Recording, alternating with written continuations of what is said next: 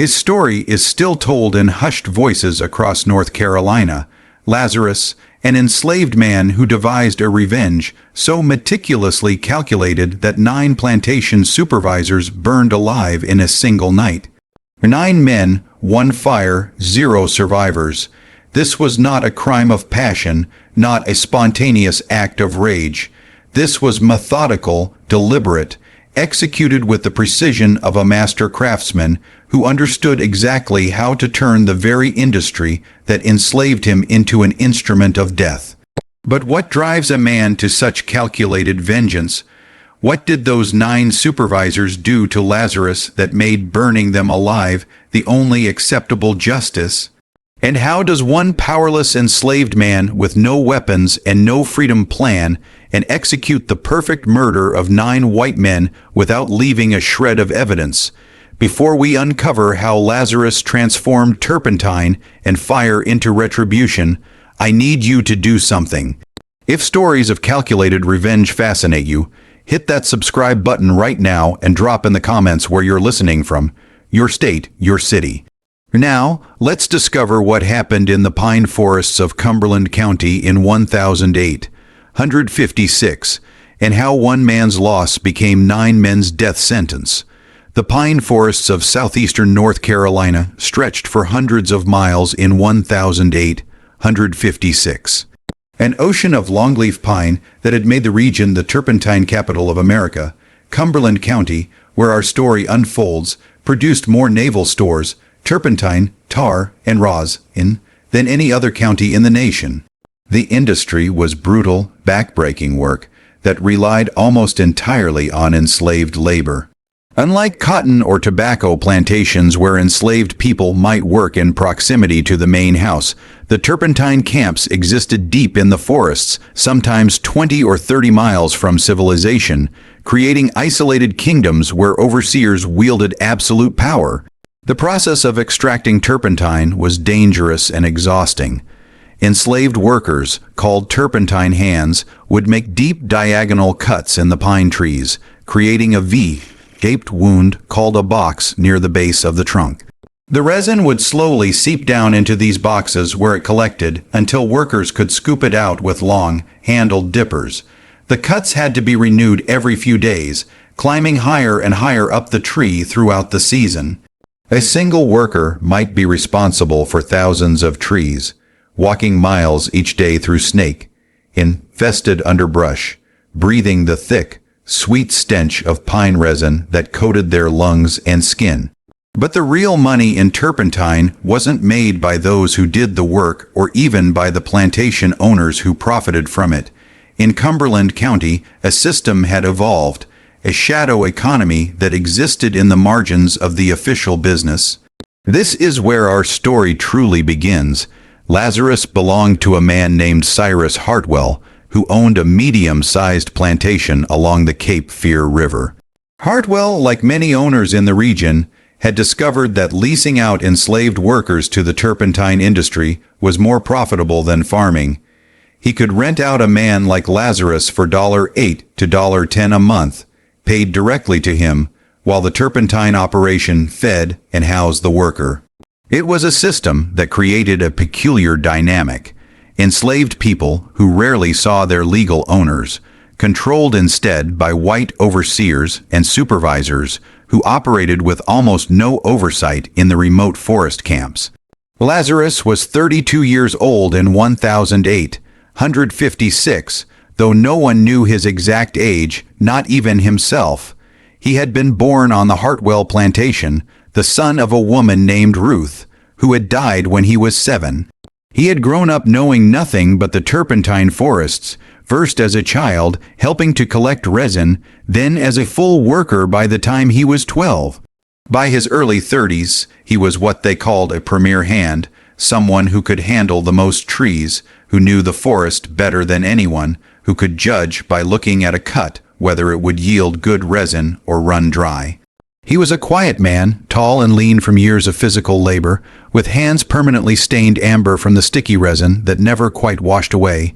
Those who remembered him later would speak of his eyes, dark and watchful, always observing, always calculating.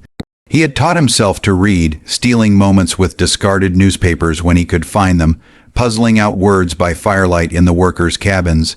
This skill, which he kept hidden from his overseers, would later prove crucial to his plan. The turpentine operation where Lazarus worked was managed by a man named Vernon Ketchum, but the real power lay with 9 supervisors who controlled different sections of the vast forest operation. These men were not plantation owners themselves. They were overseers, poor whites who had clawed their way up from poverty to positions of authority over enslaved workers. Their names would later be recorded in the official death records: Samuel Prout, Jedediah Stokes, Nathaniel Boggs, Elias Crenshaw, Josiah Talbert, Abner Liddell, Silas Farrow, Bogart Vincent, and Thomas Garraway. Each supervised between 20 and 40 enslaved workers in different sections of the pine forest, and each had developed his own reputation for cruelty. Prout was known for his whip, which he wore coiled at his belt like a snake. Stokes preferred psychological torture, threatening to sell workers' children if they didn't meet quotas. Boggs had a system of fines for imagined infractions, though the enslaved workers never saw any wages from which these fines could be deducted. The punishments were instead extracted in additional labor, food reductions, or physical abuse. What no one knew, not Vernon Ketchum, not the plantation owners who leased out their human property, not even the other white workers in the turpentine operation, was that these 9 supervisors had created their own private enterprise within the larger business. It began as many stories of injustice do with a woman. Her name was Dinah, and she had been Lazarus's wife for 3 years. They had married in the way enslaved people could marry, without legal recognition, without ceremony, but with a bond as real as any blessed by church or state. Dinah worked in the cooking shack that served the turpentine workers, preparing the meager rations of cornmeal, salt pork, and molasses that constituted their daily meals. She was 26, with a quick laugh that could lighten even the darkest days in the forest camps, and she was 6 months pregnant with their first child. On a Thursday evening in March of 1055, more than a year before the fire, Lazarus returned to the workers' compound to find Dinah missing from the cooking shack. The other women there wouldn't meet his eyes. Finally, an older woman named Hattie pulled him aside and whispered that Silas Farrow had taken Dinah to his cabin an hour before sunset. The supervisors' cabins were off limits to the enslaved workers, a cluster of rough, hewn structures about a quarter-mile from the workers' quarters. Lazarus approached Pharaoh's cabin as the last light was fading from the sky, his heart hammering against his ribs. He could hear voices inside, Dinah's voice, high and frightened, and Pharaoh's drunken laughter. What happened next was later disputed in the whispered accounts that circulated through the enslaved community. Some said Lazarus kicked in the door. Others said he tried the handle and found it unlocked. But everyone agreed on what he saw. Dinah pressed against the wall, her dress torn, and Pharaoh advancing toward her with his belt undone. Lazarus crossed the room in 3 strides and struck Pharaoh across the face. The supervisor, drunk and caught off balance, fell hard against his own table, which splintered beneath his weight. For a moment, the only sound was Pharaoh's ragged breathing and the distant chirping of evening crickets. Then Pharaoh stood up, blood streaming from his nose, and smiled. "You just made the biggest mistake of your life, boy," he said quietly. Lazarus took Dinah's hand and pulled her from the cabin. They ran through the darkening forest, knowing that running solved nothing, that there was nowhere to go, but driven by pure instinct to escape. They made it as far as their own cabin before 6 white men caught up with them, Pharaoh among them, his face swollen and dark with rage. What followed was meant as a lesson to the entire workforce. The 9 supervisors, all of them, gathered the enslaved workers into a clearing lit by torches. Lazarus was tied to a whipping post that had been erected for just such occasions, and Samuel Prout, with his famous whip, delivered 40 lashes while the others watched, but that wasn't the worst of it. When Lazarus was cut down, barely conscious, Jedediah Stokes stepped forward with the announcement, "This one's shown himself to be uppity," Stokes declared, his voice carrying across the silent crowd. "Too dangerous to keep here. Mr. Hartwell will be notified that we're selling him south come morning, and his woman too," Dinah screamed. Being sold south meant the sugar and cotton plantations of the Deep South, where enslaved people were literally worked to death, where life expectancy was measured in years rather than decades, and pregnant as she was, the journey alone might kill her. But Abner Little, the youngest of the supervisors, held up his hand. "Now, hold on," he said, a cruel smile playing at his lips. "I got a better idea. Vernon's been wanting to expand the operation west toward the Lumber River. That's hard country. Not many workers want to go there. What say we keep the woman here, let her work off his debt? She can cook, can't she? We need cooks. But this one—" He jerked his thumb at Lazarus. "He goes west alone. That way he knows his woman and his child are here, depending on his good behavior. He steps out of line even once, she pays for it." The 9 supervisors conferred briefly, then nodded. It was agreed. Lazarus would be separated from Dinah, but not sold. He would work the most remote, most dangerous section of the turpentine operation, 40 miles west, in the swampy bottomlands near the Lumber River, where the trees grew in standing water and cottonmouth snakes dropped from branches overhead. And if he caused any trouble, if he failed to meet his quota, if he showed even a hint of defiance, word would be sent back and Dinah would be punished. As the crowd was dismissed and Lazarus was being dragged to a wagon for transport, Thomas Garraway leaned close to his ear and whispered, "You should have just let Silas have his fun. Would have been over in 5 minutes. Now you get to spend the rest of your life wondering if she's safe. Wondering if your baby will ever know its father. Was it worth it, boy?"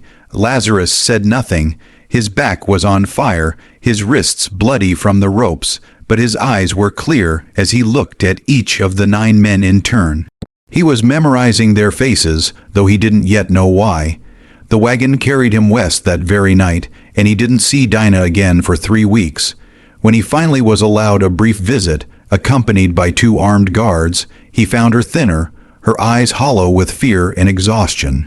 She told him, speaking quickly in the few minutes they had, that she'd been forced to work 16-hour days in the cooking shack, that the supervisors had cut the rations for all the women as collective punishment, that Silas Farrow walked past her several times a day just to remind her he could take whatever he wanted whenever he chose. But the baby, Lazarus asked, his hand trembling as it hovered over her swollen belly, "Still strong," she whispered, "still kicking. It knows its daddy is fighting for us."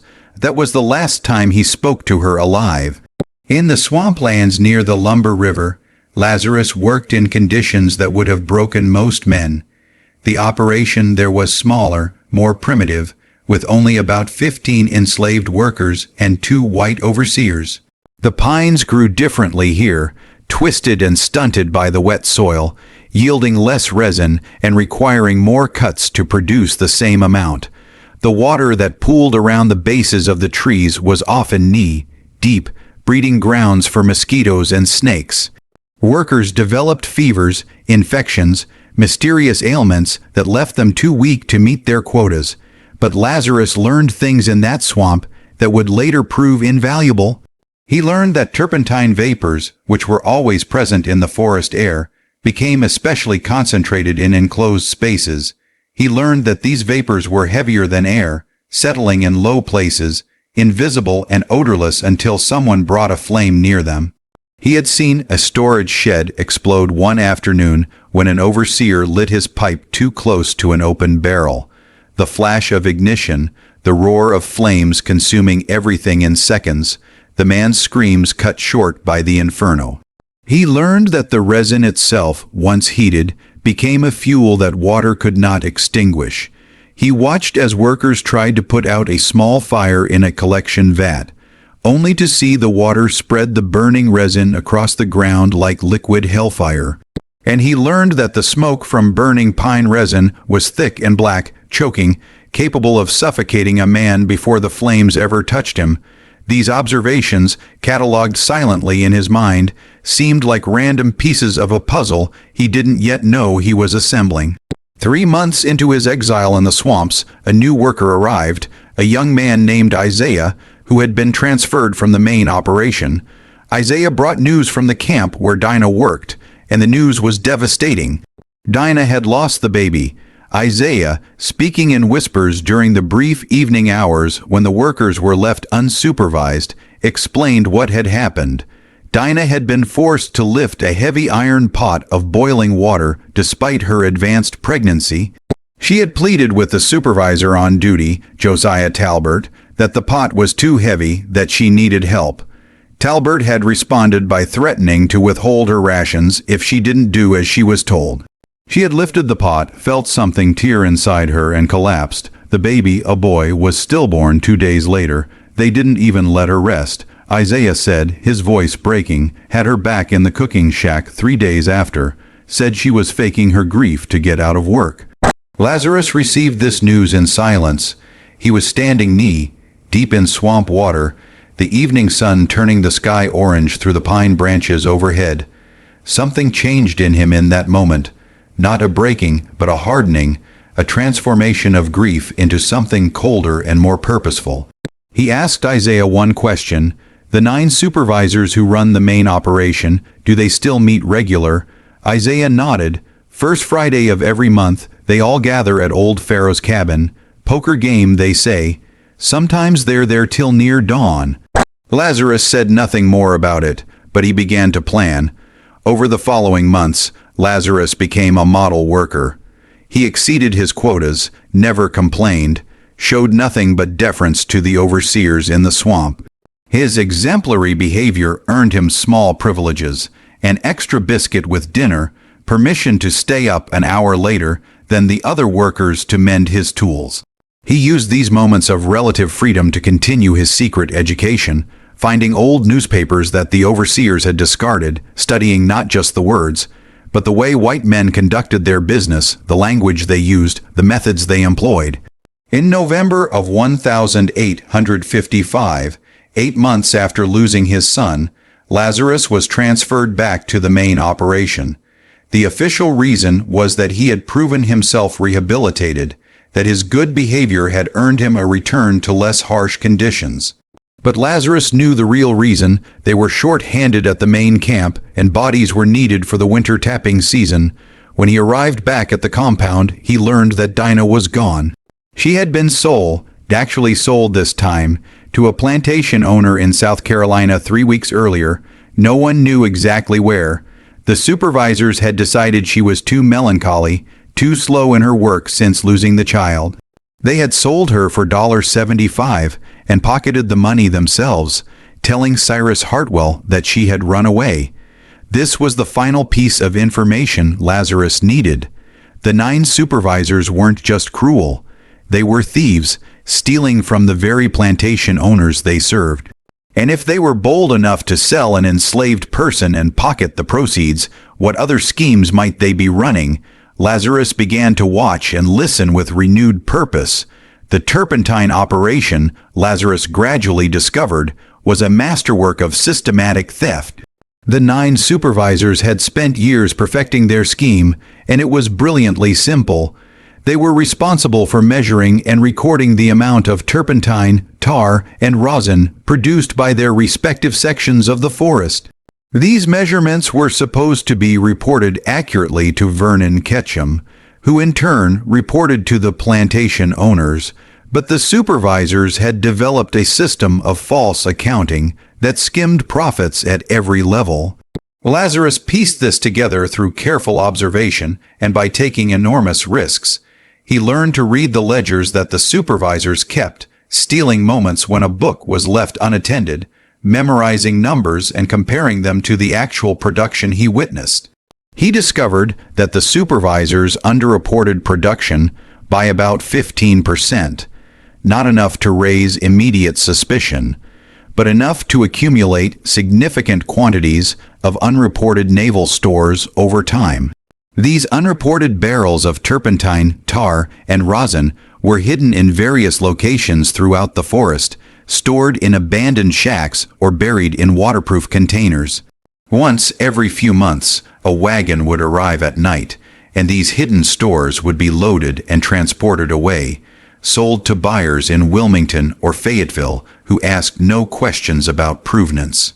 The money was split among the 9 supervisors, each receiving an equal share of what amounted to hundreds of dollars per year, a fortune for men of their station. But Lazarus discovered something even more valuable than the theft itself. He found where they kept their records. Silas Pharaoh, the same man who had assaulted Dinah, served as the group's bookkeeper. In his cabin, hidden beneath a loose floorboard, was a ledger that detailed every transaction, every theft, every dollar divided among the 9 conspirators. The ledger went back 7 years, a complete record of their criminal enterprise. Lazarus saw this ledger only once, during a brief moment when Pharaoh had left his cabin unlocked while drunk. Lazarus had slipped in, found the hiding spot, memorized as much as he could, and left without disturbing anything. That ledger, Lazarus realized, was both the supervisor's insurance policy and their greatest vulnerability. They kept it as protection against each other, proof of shared guilt that prevented any one of them from betraying the others, but it was also evidence that could destroy them all if it fell into the right hands or the wrong ones. Lazarus understood that simply revealing the theft wouldn't bring him justice. The word of an enslaved man against 9 white supervisors would mean nothing in any court, legal or otherwise. Even if plantation owners believed him, the supervisors would likely face fines or dismissal at worst, and Lazarus would be sold or killed for his trouble. Revenge, if it was to come, needed to be absolute and untraceable. He began to formulate his plan in January of 1856. The monthly meetings of the 9 supervisors followed a predictable pattern. They gathered at Silas Pharaoh's cabin on the first Friday of each month, ostensibly to play cards and drink.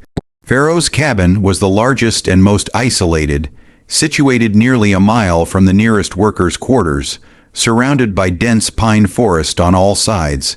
The meetings typically lasted from sundown until well past midnight, sometimes until dawn. During these gatherings, they would divide their illicit profits, plan the next month's thefts, and celebrate their success with corn whiskey that Josiah Talbert brought from his brother's still. Lazarus learned these details through careful observation and by cultivating sources among the other enslaved workers. An older man named Silas, different from Supervisor Pharaoh, worked as a kind of servant to the supervisors, bringing them firewood, cleaning their cabins, tasks that gave him access to their spaces and their conversations. Silas trusted Lazarus, had known him since he was a boy, and shared what he observed without fully understanding why Lazarus was so interested. They get awful drunk at those meetings, Silas mentioned one evening. Last month, 3 of them passed out right there in Pharaoh's cabin, didn't stumble home till near sunrise, and they always lock the door from the inside. Don't want nobody disturbing their card game, they say. Got all the windows shuttered up tight, too. Keep the light from showing through the forest, locked from the inside, windows shuttered. 9 men drunk and isolated in a cabin surrounded by pine forest with turpentine operations all around them. The pieces were coming together. Lazarus knew that timing would be everything. The first Friday of February was too soon. He needed more preparation. March was possible, but the rains came heavy in March, which might interfere with his plan. April was too late.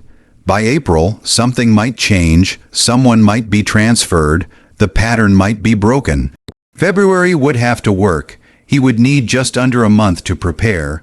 His plan required 3 key elements: access to concentrated turpentine, a delivery method, and an alibi that would place him far from Pharaoh's cabin when the fire occurred. For the turpentine, Lazarus had an advantage. As a premier hand, he was trusted with some of the operation's more technical tasks, including the distillation process that separated crude gum turpentine into spirits of turpentine and rosin. The spirits, pure, highly volatile turpentine, were normally stored in sealed barrels under careful supervision. but Lazarus was sometimes tasked with transferring small amounts into containers for various uses around the operation. Over the course of 3 weeks, he began transferring slightly less than required, hiding the excess in small jars that he buried at various locations in the forest. A few ounces here, a few ounces there, never enough to be noticed, but accumulating steadily toward the gallon he estimated he would need. The delivery method was more complex. He couldn't simply pour turpentine around the cabin and light it. That would be immediately recognized as arson. Fire needed to appear accidental, the kind of tragedy that occurred periodically in turpentine operations where flammable materials were constantly present. He needed the fire to start from within the cabin, to catch the 9 men by surprise, to spread faster than they could react. This is where Lazarus's forbidden literacy became crucial. In a discarded newspaper, he had once read about a technique used by Confederate saboteurs during the early days of tensions between North and South: delayed ignition devices using various chemical combinations. The article had been vague, meant more to alarm readers about enemy tactics than to provide instructions, but it mentioned something about phosphorus and sulfur mixtures that could be triggered by air exposure. Lazarus didn't have access to phosphorus, but he knew that matches, relatively new technology in 1856, contained white phosphorus in their heads, and he knew that certain chemical reactions could generate heat slowly over time. What if he could create a delayed ignition by carefully controlling how air reached flammable materials? He experimented in secret, using tiny quantities of materials, hiding his tests in remote corners of the forest where no one ventured. He discovered that turpentine-soaked rags, if sealed in a container with a slow air leak, would eventually reach a temperature where spontaneous combustion could occur, especially if combined with certain chemical accelerants he could extract from the work materials around him: linseed oil from barrel treatments, sulfur from matches, even certain types of tree sap that contained volatile compounds.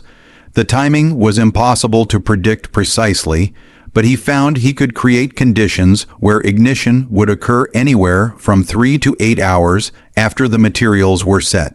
It wasn't perfect, but it might be enough if he could position the materials correctly and ensure the supervisors stayed in the cabin long enough.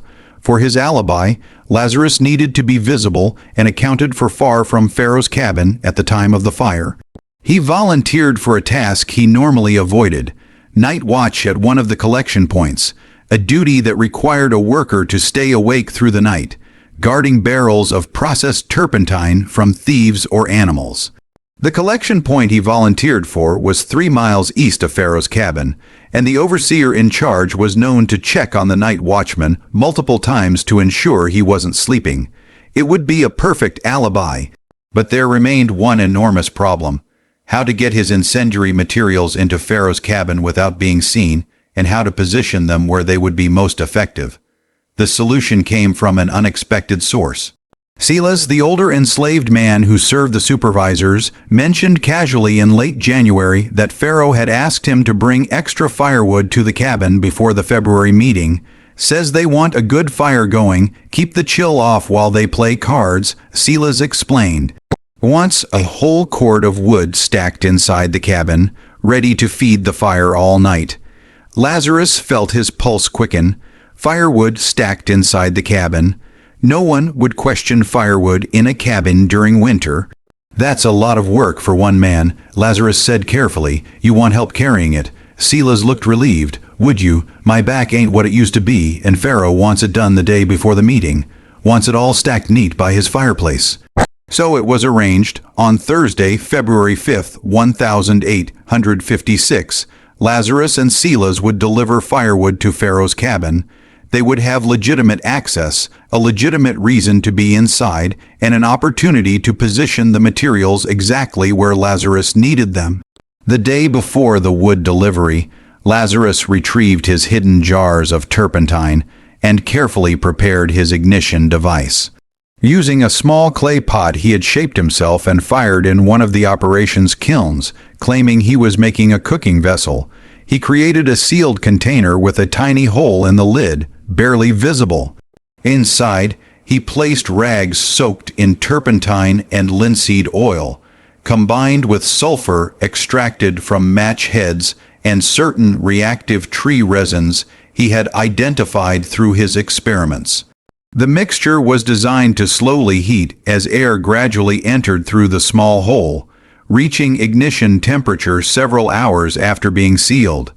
He prepared 3 such pots, hedging his bets. If one failed, perhaps another would succeed. Each pot was small enough to hide among firewood, and he disguised them by coating the outside with ash and dirt, so they looked like nothing more than old, forgotten containers. On Thursday afternoon, Lazarus and Silas loaded a wagon with split firewood and drove it to Pharaoh's cabin. The supervisor was there, watching impatiently as they unloaded the wood and stacked it beside the large stone fireplace that dominated one wall of the cabin. The cabin was roughly built but spacious, with a heavy wooden table in the center where the supervisors would play cards, a few chairs scattered around, and shelves holding bottles of whiskey and other supplies. "Stack it neat," Pharaoh barked. "I don't want no mess tomorrow night. This is an important meeting." As they worked, Lazarus carefully positioned his 3 clay pots among the firewood. One went near the bottom of the stack, wedged between 2 logs close to the fireplace. Another he placed behind the stack, pressed against the wall where it wouldn't be visible. The third he tucked into a gap in the stack about 3 feet off the ground, positioned so it would be surrounded by wood on all sides once the stack was complete. The placement was crucial. The pots near the bottom would ignite first as they heated, but the fire might initially be small and controllable. The pot higher in the stack would ignite later when the fire was already established, creating a second wave of intense heat. And all of them were positioned to create an inferno that would spread rapidly through the dry wood, the wooden floor, the wooden walls, everything in the cabin that could burn. But Lazarus had one more element to add. In his experimentation, he had discovered that turpentine vapor, being heavier than air, would settle in low places if released in an enclosed space. If he could ensure vapor accumulation before ignition, the resulting explosion would be catastrophic. As they finished stacking the wood, Lazarus pretended to stumble, dropping several logs. In the confusion of picking them up, he used a small knife to puncture 2 of the sealed turpentine containers he had hidden among the firewood. The liquid began to slowly seep out, soaking into the wood around it, beginning to evaporate and settle toward the floor. The smell was there, but faint, and in a cabin where turpentine-related materials were often stored, it wouldn't raise suspicion. "You clumsy fool," Pharaoh snapped. "Get that wood stacked right and get out." They finished quickly and left. As they drove the wagon away, Silas remarked, "You seem nervous. Something wrong. Just tired." Lazarus replied, "This work wears a man down." That night, Lazarus barely slept. His mind ran through every step of the plan, every possible failure point. What if the pots didn't ignite? What if they ignited too soon, before the supervisors arrived? What if someone discovered them before the meeting? What if the fire started, but the men escaped? But by morning, it was too late to change anything. The mechanism was set in motion. Friday, February 6th, 1856, dawned cold and clear. Lazarus reported for his regular work, tapping trees in his assigned section of the forest. He worked mechanically, his mind elsewhere, counting down the hours until evening. At 4:00 p.m., he reported to the overseer to begin his night watch duty at the collection point 3 miles east of Pharaoh's cabin. The overseer, a man named Duncan, walked him to the collection point personally, showed him where to sit, where to keep the lantern, and reminded him that he would be checking throughout the night. "I catch you sleeping, you'll get the lash," Duncan warned. "This turpentine's valuable, can't have it stolen or spilled." "Yes, sir," Lazarus replied, "I'll keep good watch." As the sun set and darkness settled over the pine forest, Lazarus sat beside his lantern, ostensibly watching over barrels of turpentine, but actually calculating times and distances in his head. Pharaoh's cabin was 3 miles west. The supervisors usually arrived around sundown, which was happening now. They would drink, play cards, conduct their business. Based on his observations and what Silas had told him, they typically settled in for serious drinking around 2 or 3 hours after arrival. His clay pots, if his calculations were correct, would reach ignition temperature sometime between 8 p.m. and midnight, a wide window, but one that should coincide with the supervisors being drunk, comfortable, and trapped inside the locked cabin. At 8:00 p.m., Duncan made his first check, appearing out of the darkness to ensure Lazarus was awake and alert. All quiet, he asked, "Yes, sir, nothing but crickets and owls." Duncan grunted approval and disappeared back into the forest. At 9:30 p.m., Lazarus thought he smelled smoke on the wind, but he couldn't be sure. The night breeze was unpredictable, and there were always fires burning somewhere in the turpentine operation, workers' cabins, processing facilities, controlled burns. He remained seated, outwardly calm, inwardly coiled tight as a spring. At 10:15 p.m., Duncan returned for his second check. This time, he seemed agitated. "You smell smoke?" he asked, "Maybe a little." Lazarus replied carefully. "Thought it was just somebody's cook fire. That's coming from the west." Duncan said, sniffing the air. "That's a lot of smoke for a cook fire." He paused, uncertain. "You stay here, don't move, I'm going to check what that is." Duncan disappeared into the darkness, moving west toward the source of the smoke. Lazarus remained exactly where he was, his heart hammering. He forced himself to stay calm, to give no sign of the chaos he knew must be unfolding 3 miles away. 20 minutes later, he saw the orange glow through the trees to the west, not the small flickering of a campfire or lantern, but a roaring conflagration that lit up the night sky, casting dancing shadows through the forest. Other workers began to appear, drawn by the light and commotion. Someone was shouting in the distance, voices raised in alarm. Just when we thought we had seen it all, the horror in Cumberland County intensifies.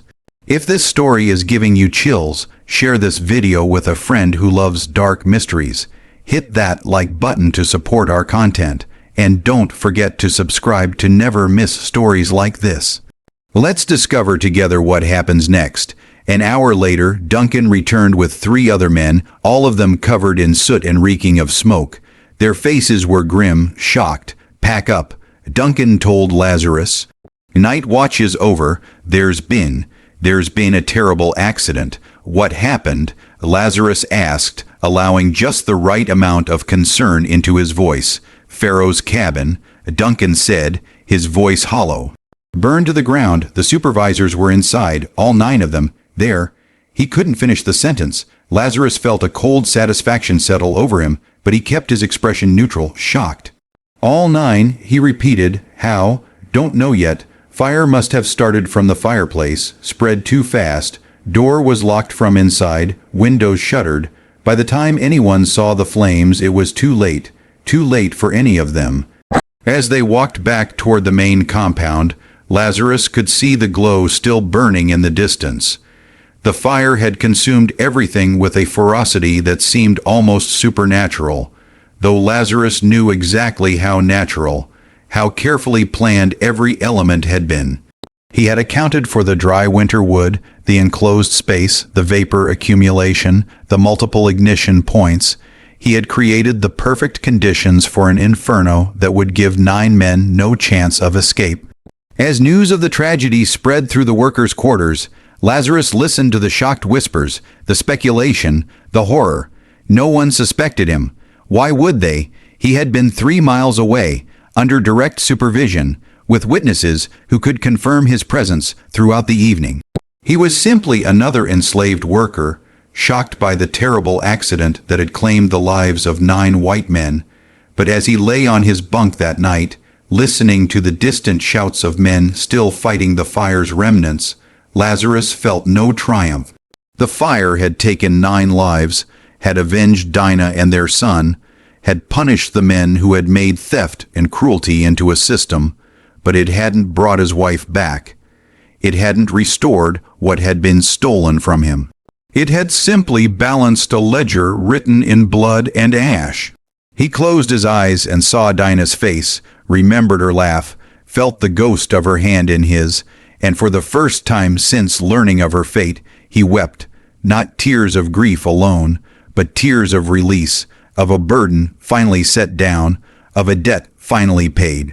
The investigation into the fire began at dawn. Vernon Ketchum arrived with the plantation owners, including Cyrus Hartwell and several officials from Fayetteville. The scene was one of total devastation. Pharaoh's cabin had been reduced to a smoking foundation of charred wood and stone. The 9 bodies, or what remained of them, were barely identifiable as human.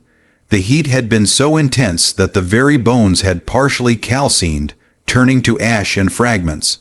The initial conclusion was swift and certain: tragic accident. The fire had clearly started near or in the fireplace, possibly from a spark igniting the stack of firewood that Silas and Lazarus had delivered the day before. The door had been locked from the inside, the windows shuttered against the cold, creating a death trap once the flames began. The men had been drinking. Empty whiskey bottles were found among the ruins, which explained why they hadn't reacted quickly enough to save themselves.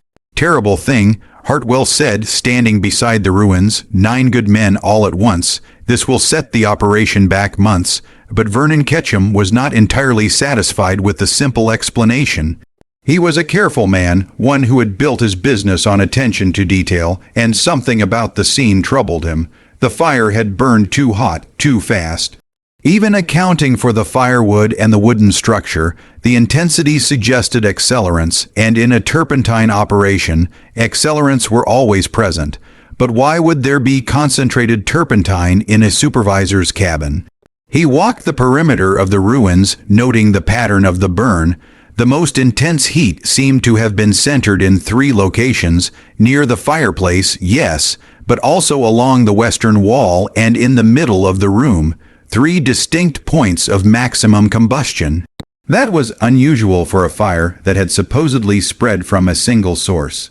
"Silas," Ketchum called to the old man who had helped deliver the firewood, "you brought wood here yesterday." "Yes, sir, me and Lazarus. We stacked it all neat like Mr. Pharaoh wanted."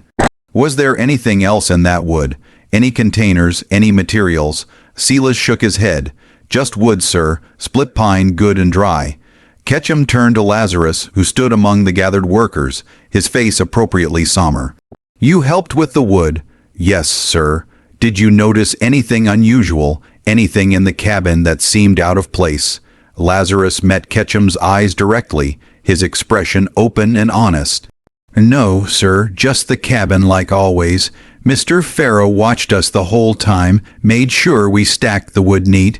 We did what we were told and left." Ketchum studied him for a long moment. There was something in the man's eyes, a depth, an intelligence that seemed at odds with his station, but his alibi was airtight. Duncan had confirmed that Lazarus had been at the collection point under supervision at the time of the fire. He couldn't possibly have been involved. "All right," Ketchum said finally. "Back to work, all of you. We've got quotas to meet, tragedy or not." But Ketchum's suspicions, though he didn't act on them immediately, led him to conduct a more thorough examination of the supervisor's affairs. What he discovered shocked him to his core. In the ruins of Pharaoh's cabin, protected by chance in a metal box that had survived the fire, was the ledger. The lock had melted, but the book inside was largely intact, its pages charred at the edges but still readable. Ketchum opened it and found 7 years of detailed records documenting systematic theft from the very plantation owners he served. The discovery put Ketchum in an impossible position. If he revealed the ledger, the plantation owners would know they had been robbed for years under his supervision. They would blame him for failing to detect the scheme, possibly suspect him of being part of it. His reputation would be destroyed, and he might face legal consequences. But if he concealed the ledger, destroyed it, he would be protecting the memory of 9 thieves and perpetuating a lie. He made his decision quickly. The ledger disappeared, destroyed in a fire in his own office a week later, an accident, he claimed, caused by an overturned lantern. The plantation owners never learned the full extent of the theft. Some discrepancies in production records were eventually noticed. but these were attributed to the poor bookkeeping of the deceased supervisors and written off as unfortunate but unrecoverable losses. The official story became fixed. 9 supervisors had died in a tragic accidental fire, a terrible reminder of the dangers inherent in the turpentine industry. They were buried in a mass grave in the local cemetery, their names recorded on a simple stone marker. At the funeral, attended by the plantation owners and other white citizens of the county, they were eulogized as hard-working men taken too soon by fate. Not a single enslaved person attended the funeral, and if any of them suspected the truth about that fire, they kept their suspicions to themselves. In the weeks following the fire, the turpentine operation underwent significant changes. New supervisors were brought in, men from other counties who had no connection to the previous regime. These new men were, if anything, more closely monitored by the plantation owners, who had become nervous about oversight in the wake of the tragedy. The system of isolated forest camps continued, but with more frequent inspections, more direct accountability. For Lazarus, life returned to a routine that was simultaneously familiar and forever altered. He worked his assigned trees, met his quotas, and gave no one any reason to notice him. But those who knew him well saw changes. He was quieter than before, more withdrawn. The spark that Dinah had kindled in him, that brief period of hope and connection, had been extinguished along with 9 lives in a burning cabin. 3 months after the fire, in May of 1856, Lazarus received unexpected news. Cyrus Hartwell, his legal owner, had decided to sell him, not south, as he had once feared, but to a plantation owner in eastern North Carolina who needed experienced turpentine workers. The sale was routine, unremarkable, just another transaction in the endless buying and selling of human beings that characterized the era. But before Lazarus left Cumberland County, an old woman named Hattie, the same woman who had first told him about Dinah's assault, pulled him aside. She was one of the few people who seemed to understand what had really happened that February night, though she never spoke of it directly. "I heard something," she said quietly, her eyes meeting his. "Heard that Dinah, she's working on a plantation near Charleston. Belongs to a man named Rutledge, grows rice in the low country. Don't know if it's true, but that's what I heard." Lazarus absorbed this information without expression, but inside, something shifted. Dinah was alive. She was far away in South Carolina, working in the deadly rice fields where malaria and exhaustion killed workers by the dozens. But she was alive, and now he knew where to find her. "Thank you," he said simply. Hattie nodded. "Don't know what happened in that fire," she said carefully. "Don't want to know. But whatever debts you settled, I hope they gave you some peace." "Peace isn't what I found," Lazarus replied. "But maybe it's what I paid for." The sale went through, and Lazarus was transported to his new location, a plantation near the town of Kinston. His new owner, a man named Peterson, was neither particularly cruel nor kind. He was simply a businessman who saw enslaved workers as investments to be managed efficiently. The work was similar to what Lazarus had done in Cumberland County, tapping pines and collecting resin, but the atmosphere was different.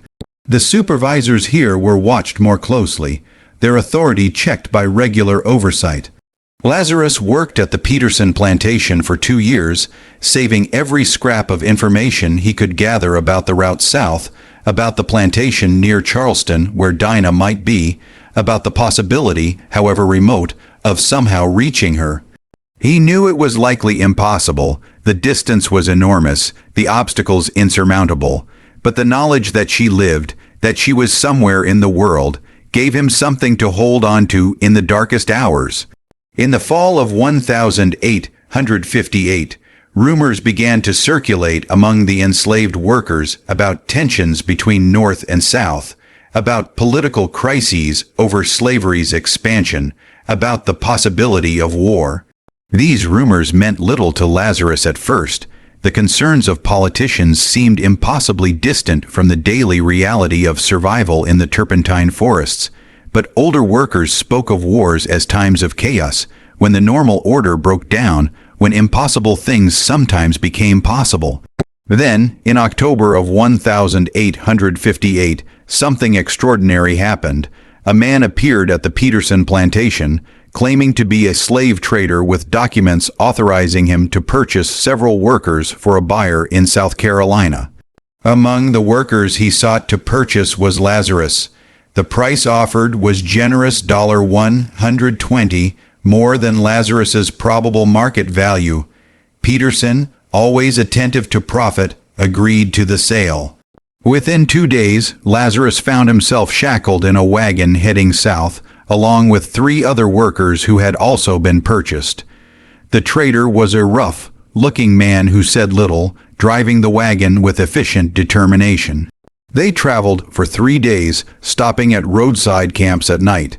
On the 3rd night, as they made camp in a dense forest somewhere in the border region between North Carolina and South Carolina, the trader did something unexpected. He unlocked Lazarus's shackles. "You can run if you want," the trader said quietly, "or you can listen to what I have to say." Lazarus, wary but curious, stayed seated. "Who are you?"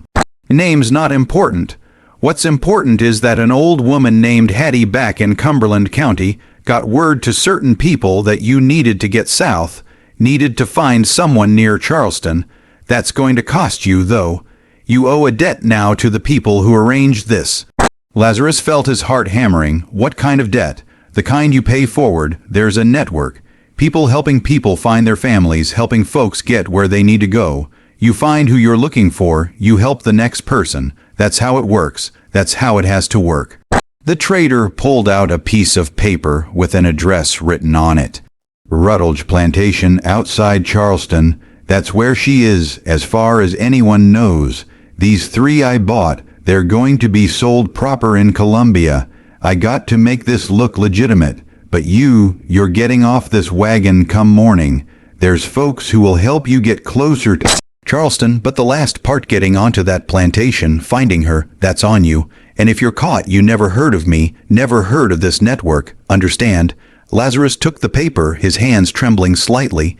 Why would anyone do this? The trader's expression was hard to read in the firelight. Because Hattie said you paid a debt already, paid it in full, said you settled accounts for a lot of people, even if they don't know it, said you earned this chance. He paused. Don't waste it. The next morning, the wagon stopped at a crossroads. The trader nodded toward a narrow path leading east. Follow that path 3 miles. You'll come to a farm. Ask for a woman named Grace. Tell her you're the one from Cumberland County. She'll know what to do. Lazarus climbed down from the wagon, free of shackles for the first time in years. He looked back at the trader once, meeting his eyes in silent acknowledgement, then turned and walked down the path into an uncertain future. The network that helped Lazarus was part of a larger, loosely organized system that had existed in the shadows of the South for decades. Free black people, sympathetic whites, and enslaved people themselves, all working together to reunite families torn apart by slavery's brutal economics. It operated on principles of mutual aid and secrecy, each person knowing only their small part of the larger whole, each link in the chain protecting the others through deliberate ignorance of the full network. Grace, the woman at the farm, was a free black woman who had purchased her own freedom 20 years earlier and now used her legitimate business selling produce to plantation kitchens as cover for helping people navigate the dangerous geography of the enslaved South. She hid Lazarus for 3 days while arrangements were made, then sent him on to the next link in the chain, a white farmer who opposed slavery on religious grounds. From there, Lazarus moved through a series of way stations, each bringing him closer to Charleston. The journey took nearly a month of hiding in barns and root cellars, of traveling by night, of assuming different identities and stories. He posed as a worker being transferred between plantations, as a slave hired out for temporary labor, as whatever the situation required. The network provided him with forged documents when needed, with clothes that fit his cover stories, with detailed information about safe routes and dangerous areas. Finally, in early December of 1858, Lazarus reached the outskirts of Charleston. The Rutledge plantation was 10 miles outside the city, a rice plantation that sprawled across thousands of acres of low, country marshland. Getting onto the plantation, finding Dinah among possibly hundreds of enslaved workers, and doing so without raising suspicion would require careful planning. Lazarus spent a week observing the plantation from a distance, learning its rhythms, identifying possible approaches. He learned that the plantation employed hired workers during harvest season, bringing in additional labor from surrounding areas. He managed to attach himself to a group of such workers, presenting himself as a hand sent from a neighboring plantation to help with the late harvest. On his third day working in the rice fields, bent over in knee-deep water cutting rice stalks, he saw her. Dinah was walking along the edge of the field, carrying a water bucket to the workers. She was thinner than he remembered, her face harder, marked by the years of grief and labor. But it was unmistakably her alive, moving through the world, existing in the same moment as he did. Their eyes met across 50 feet of rice paddy. Her bucket slipped from her hands, water spilling across the muddy ground. For a frozen instant, neither moved, both locked in a moment of recognition so profound it seemed to stop time itself. Then Dinah took a step toward him, and another, moving faster until she was running, splashing through the shallow water, not caring who saw, not caring about the consequences. Lazarus met her halfway, and when they came together, when his arms closed around her after 3 years of separation, the weight of everything he had done, everything he had endured, everything he had paid to reach this moment, finally made sense. They held each other in the middle of a rice field, two people who had been torn apart by a system designed to deny their humanity, now reunited through a combination of planning, luck, and the hidden networks of resistance that slavery's brutality had ironically created. Around them, other workers had stopped to watch, some smiling, some crying, all of them recognizing the miracle of two people finding each other across the vast, cruel distances of the enslaved South. "You found me," Dinah whispered against his chest. "How did you find me?" "I never stopped looking," Lazarus replied. "I never stopped." But their reunion was shadowed by the reality of their situation. Lazarus was there illegally under false pretenses. He couldn't stay. They had perhaps days, maybe only hours, before his presence would raise questions, before someone would check his documentation more carefully, before the lie would collapse. That night, meeting in secret in the slave quarters, they talked in whispers about what to do.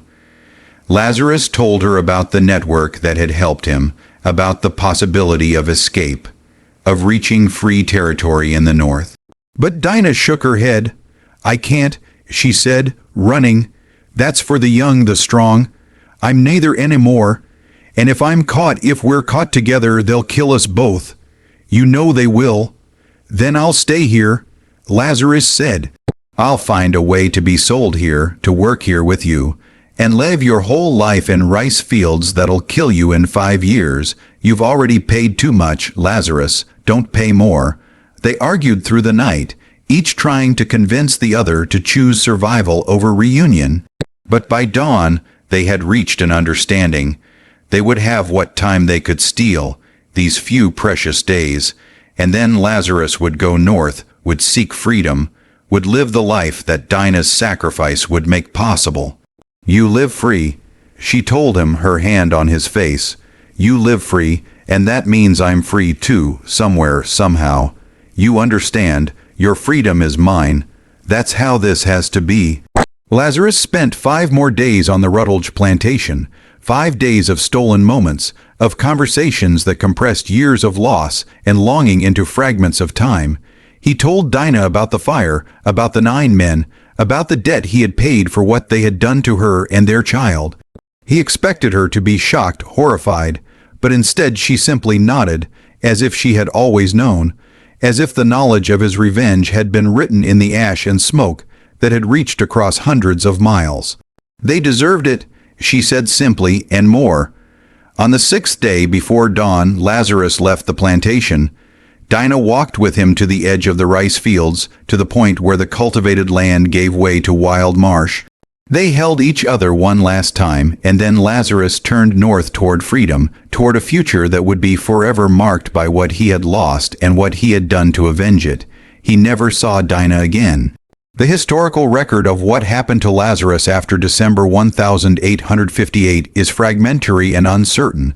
There are hints, suggestions, possibilities, but no definitive answers. Some accounts place a man matching his description in Pennsylvania in 1859, working in a lumber camp under a different name. Others suggest he made it to Canada, settling in a community of formerly enslaved people near Toronto. Still others claim he died attempting to cross into free territory, his body never recovered, his final fate unknown. What is certain is that 9 men died in Cumberland County, North Carolina, on February 6, 1856, in a fire that was officially ruled accidental. What is certain is that their deaths ended a scheme of systematic theft and cruelty that had operated for years under the cover of legitimate business. What is certain is that the deaths were so perfectly executed, so apparently accidental, that no one was ever charged. No investigation ever pointed to murder. The fire became a footnote in the history of North Carolina's turpentine industry, a tragic reminder of the dangers inherent in working with flammable materials. The 9 supervisors were largely forgotten, their names preserved only on a weathered stone marker in a cemetery that few people visit anymore. But among the descendants of enslaved people who worked in those pine forests, the story of Lazarus and the fire that killed 9 men persisted as oral history, passed down through generations. In these tellings, the story became a parable about justice that the legal system would never provide, about debts that could only be paid in fire and ash, about the lengths to which love and grief could drive a person who had nothing left to lose. The truth of what happened, the precise mechanics of how Lazarus planned and executed his revenge, if indeed it was his revenge, died with him. But the fire itself remains a historical fact, documented in county records, in the ledgers of plantation operations, in the death certificates of 9 men who all died on the same night in the same place, in circumstances that were just plausible enough to be accepted as accident. Vernon Ketchum never spoke publicly about his suspicions regarding the fire, and the ledger he destroyed took its secrets to the grave. The plantation owners who had been robbed never learned the full extent of the theft. And the system that had enabled it, isolated camps, unchecked authority, human beings treated as property, continued until the Civil War finally destroyed the economic foundation on which it all rested. In the decades after the war, when formerly enslaved people began to tell their stories more openly, an old woman in Charleston was interviewed by a northern journalist writing about slavery's aftermath. Her name was Dinah, and she spoke about her life before freedom, about the hardships of the rice plantations, about the husband she had lost to the turpentine forests of North Carolina.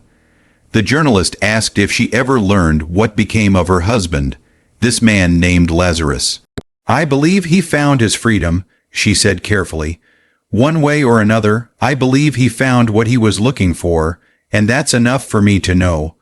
When pressed about the specifics, about whether her husband had escaped north or met some other fate, she smiled slightly and changed the subject. Some stories, her expression seemed to say, were not meant to be told in full, not meant to be written down in newspapers or preserved in archives. Some stories were meant to live in whispers, in the spaces between official history, in the memories of people who understood that justice and law were not always the same thing. The pine forests of Cumberland County still stand, though the turpentine industry that once defined the region has long since faded into history. If you walk through those woods today, you can still see the scars on ancient trees, the box cuts that were made over a century and a half ago, now healed over but still visible as dark marks on weathered bark. And if you know where to look, you can find the foundation stones of Pharaoh's cabin, hidden beneath decades of forest growth, marking the spot where 9 men died in a fire that changed nothing and everything. This mystery shows us that the most carefully hidden truths often leave the faintest traces. A ledger destroyed, a name whispered across generations, a love that survived separation and loss to forge a path through impossible distances. What do you think of this story? Do you believe everything was revealed? Do you think Lazarus truly found freedom? Or did his revenge cost him more than he could bear? Leave your comment below. If you enjoyed this tale and want more horror stories like this, subscribe, hit the notification bell, and share with someone who loves mysteries buried in the shadows of American history. The past keeps its secrets well, but sometimes if we listen carefully enough, we can hear the echoes of truth in the silence. See you in the next video.